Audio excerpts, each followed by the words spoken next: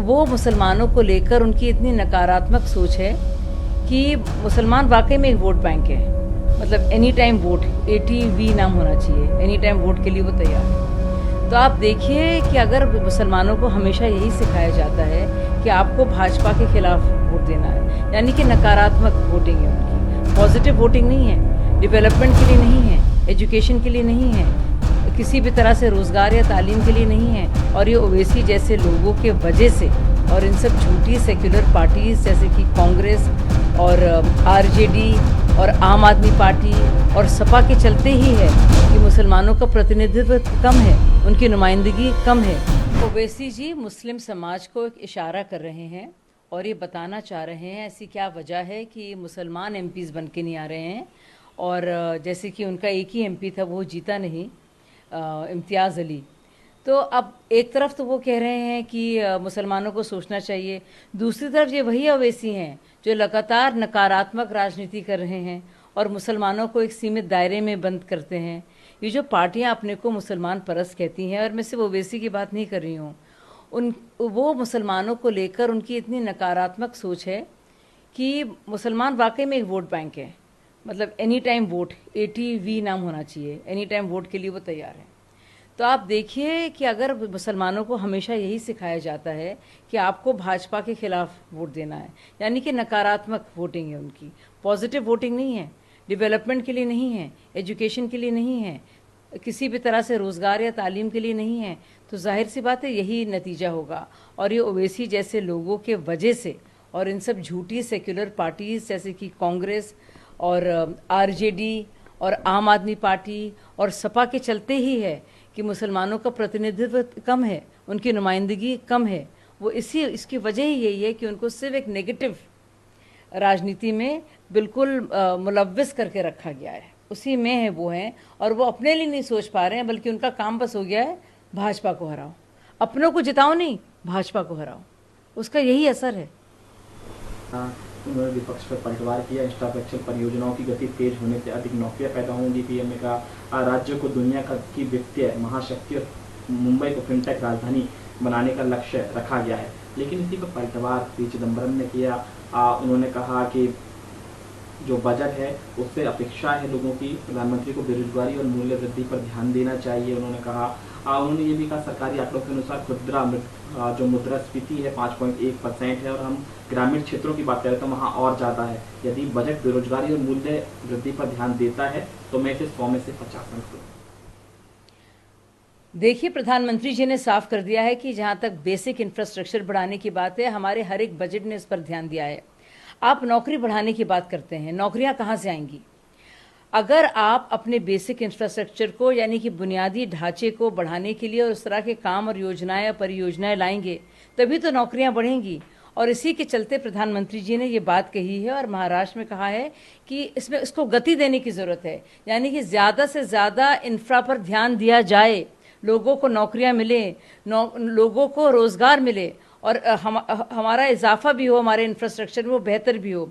यही एक तरीका है इकॉनमी को पंप करने का और अपने बेरोज़गारी को कम करने का। लेकिन अगर आप देखेंगे कि RBI की जो रिपोर्ट आई है लेटेस्ट, उसमें आप देखेंगे कि पिछले 4-5 साल से 8 करोड़ नए रोज़गार दिए गए हैं। तो चिदम्बरम जी भी और पूरी कांग्रेस पार्टी ये झूठे नैरेटिव को फैलाने से बचे, क्योंकि इसमें कोई सच्चाई नहीं है। आप कितना फेक नैरेटिव आप देंगे लोगों को?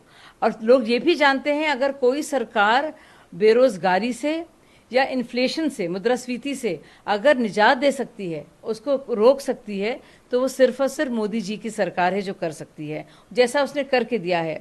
वो बात इन्फ्लेशन की कर रहे हैं, मुद्रास्फीति की कर रहे हैं।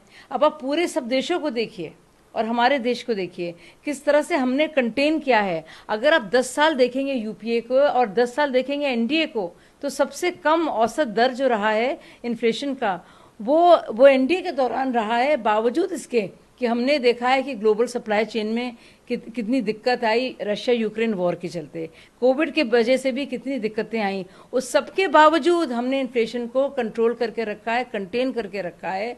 और वर्ल्ड बैंक ने तो बहुत तारीफ भी की है हमारे काम की, और सारी इंटरनेशनल जो एजेंसीज हैं वो हमें निवेश का एक बहुत ही अच्छा प्रेफर्ड डेस्टिनेशन मान रही हैं।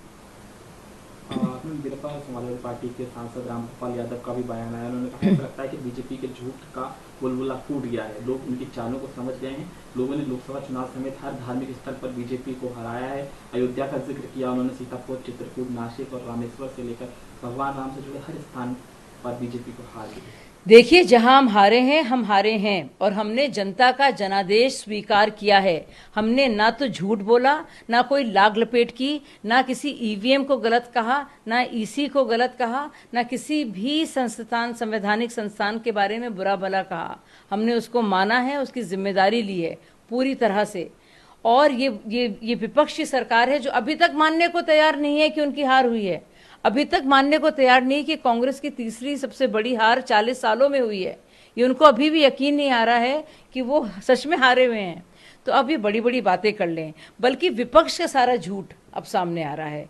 जिस तरह से उन्होंने संविधान को बदलने की बात कही, उसका झूठ सामने आ गया कि हम देख रहे हैं कि अब संविधान हत्या दिवस है, जो साफ तौर से बताता है हर एक इंसान को कि संविधान के हत्यारे दरअसल ये कांग्रेस पार्टी है। इसके साथ साथ जो खटाखट स्कीमों की बात की थी, उसकी भी असलियत सामने आ गई है। उन्हीं के लोग पूछ रहे हैं कि भाई आप तो कह रहे थे खटाखट पैसे मिलेंगे, तो ये बात आप हिमाचल में क्यों नहीं करके देख सकते? ये बात और जा रहे सारा स्टेट्स में जहाँ पे इनकी सरकारें हैं, वहाँ खटाखट स्कीमें लाएं। कौन रोक रहा है इनको? तेलंगाना में ला सकते हैं, हिमाचल में ला सकते हैं, लेकिन वहाँ लाने से बच रहे हैं। ऐसी क्या वजह है? तो आप समझिए कि ये इनका झूठ का, फेक नैरेटिव का बुलबुला असल में इनका फूटा है। और लोग समझ रहे हैं कि किस तरह से अलग अलग बातें कर कर, अलग अलग एक प्रोपेगेंडा कर कर, जिसका कोई आधार नहीं था, वो इतनी सीटें जुड़ा पाए हैं। लेकिन तब भी मोदी जी हमारे प्राइम मिनिस्टर हैं। लोकसभा में बिल्कुल तय है कि कौन जीता है, और इतनी कम सीटों पर भी इतनी डींगे हाँकना अच्छा नहीं लगता है। तो सीटों पर जीत दर्ज की है, उनमें से एक पर 1000 वोटों का अंतर है, दूसरे पर भी लगभग इतना ही अंतर है। मैं प्रत्येक हाल में प्रत्येक व्यक्ति ही हाल में कांग्रेस का था।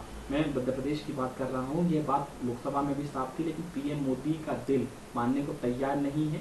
मैं बस यही कहना चाहता हूँ कि अब से शासन समावेशी और जनहित के मुद्दों पर बात हो। सबसे बड़ा मुद्दा बेरोजगारी है। मनोज जी शायद ये बताने से कतरा रहे हैं कि जिन सीटों में गैर बीजेपी पार्टियों की जीत हुई है, उसमें अंतर क्या है। मंगलौर की सीट में 430 सीटों से हारा है भाजपा का प्रत्याशी। तो कम से कम वो औरों के बारे में बताते, क्योंकि औसतन यही 1000 और 300-400 से भाजपा वाले भी हारे हैं। तो कम से कम अगर वो कोई भी फिगर को कोट करते तो सोच समझ के करते, दोनों तरफ से करते, तो उनकी बात में भी विश्वसनीयता ज़्यादा होती। जहाँ तक बात है बेरोजगारी की, आप देख रहे हैं बेसिक इंफ्रास्ट्रक्चर को लेकर, बुनियादी ढांचे को लेकर जो नई योजनाएं हैं उनको गति देने की बात की जा रही है। मुंबई में हम फिनटेक कैपिटल की बात कल ही कही है, लेकिन सारी परियोजनाएं और योजनाएं जो हैं, चाहे वो हाईवेज की बात हो, रोडवेज की बात हो, चाहे पुलों के निर्माण की बात हो, एक्सप्रेसवेज की बात हो, चाहे रेल को लेकर इंफ्रास्ट्रक्चर की बात हो, रेल के डब्बों की बात हो, हर एक जगह आप देख रहे हैं कि सारे प्रोजेक्ट्स में अब और गति दी जाएगी ताकि रोज़गार बढ़े। आप इन लोगों से पूछिए कि कोई भी इनके पास कोई भी विजन या कोई सोच है? ये तो बड़ा आसान है कह देना मोदी जी नहीं कर रहे हैं, नहीं कर रहे हैं। आप क्या करेंगे? एक भी सकारात्मक आइडिया या इनके मन में कभी आया है या इन लोगों तक कभी पहुंचा है इनके द्वारा, जिसके तहत वो अपना विजन, अपना रोड मैप तरक्की के लिए, विकास के लिए, नौकरियों के लिए दे सकें? बड़ा आसान है कह देना कि ये नहीं है, लेकिन सुझाना कि क्या हो सकता है ये मुश्किल है। तो इस तरह की लगातार नकारात्मक राजनीति से बचें और इस बात को मानें और तस्दीक करें कि हमारे देश के प्रधानमंत्री तीसरी बार मोदी जी ही हैं और कोई नहीं है।